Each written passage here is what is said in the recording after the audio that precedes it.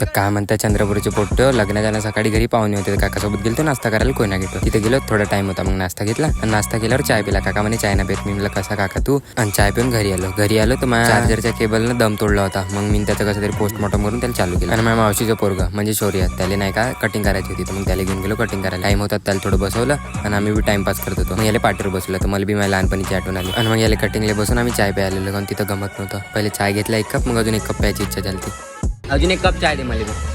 गरमी किती हो, घामानं पूर्ण अंग वल्लं गाव नाही, पण चाय इम्पॉर्टंट. मग आलो तर त्याची कटिंग झालीच होती. आणि त्या माल्याचं म्हणणं होतं काका घरी जाऊन तो आंघोळ नको करू, पावडरनं सांगोळ करून देतो.